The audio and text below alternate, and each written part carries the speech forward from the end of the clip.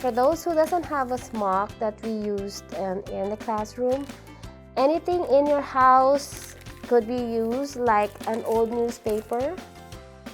All you have to do is just spread open, fold them, and cut a hole here to go over their head. And ta-da! Another thing that you could use is actually a paper bag you can get from the grocery. You can just cut a slit on the side and on the other side as well.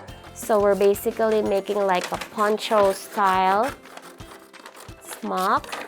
We're going to cut a hole here for the head to go over. There you go. And just fold it. Ta-da!